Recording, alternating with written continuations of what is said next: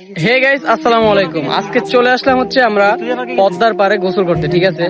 আসার কোনো প্ল্যান ছিল না, হঠাৎ করে আমরা আসলে ওই যে আম খাইলাম, এটা তো আপনারা দেখলেন, ঠিক আছে। ওইখান থেকে প্ল্যান হয়ে গেছে আজকে আমরা পদ্মায় যাব গোসল করতে। তো আমি আসছি, রকিবে আসছে। তোমার অনুভূতি কি?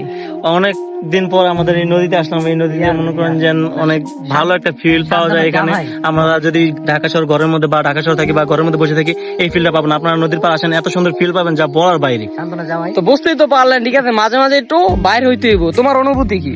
আমার অনুভূতি, আমি এই জায়গায় শান্তনা জামাইয়ের সাথে আসছি, এটাই আমার বড় অনুভূতি। আচ্ছা ঠিক আছে, আর তোমার অনুভূতি কি?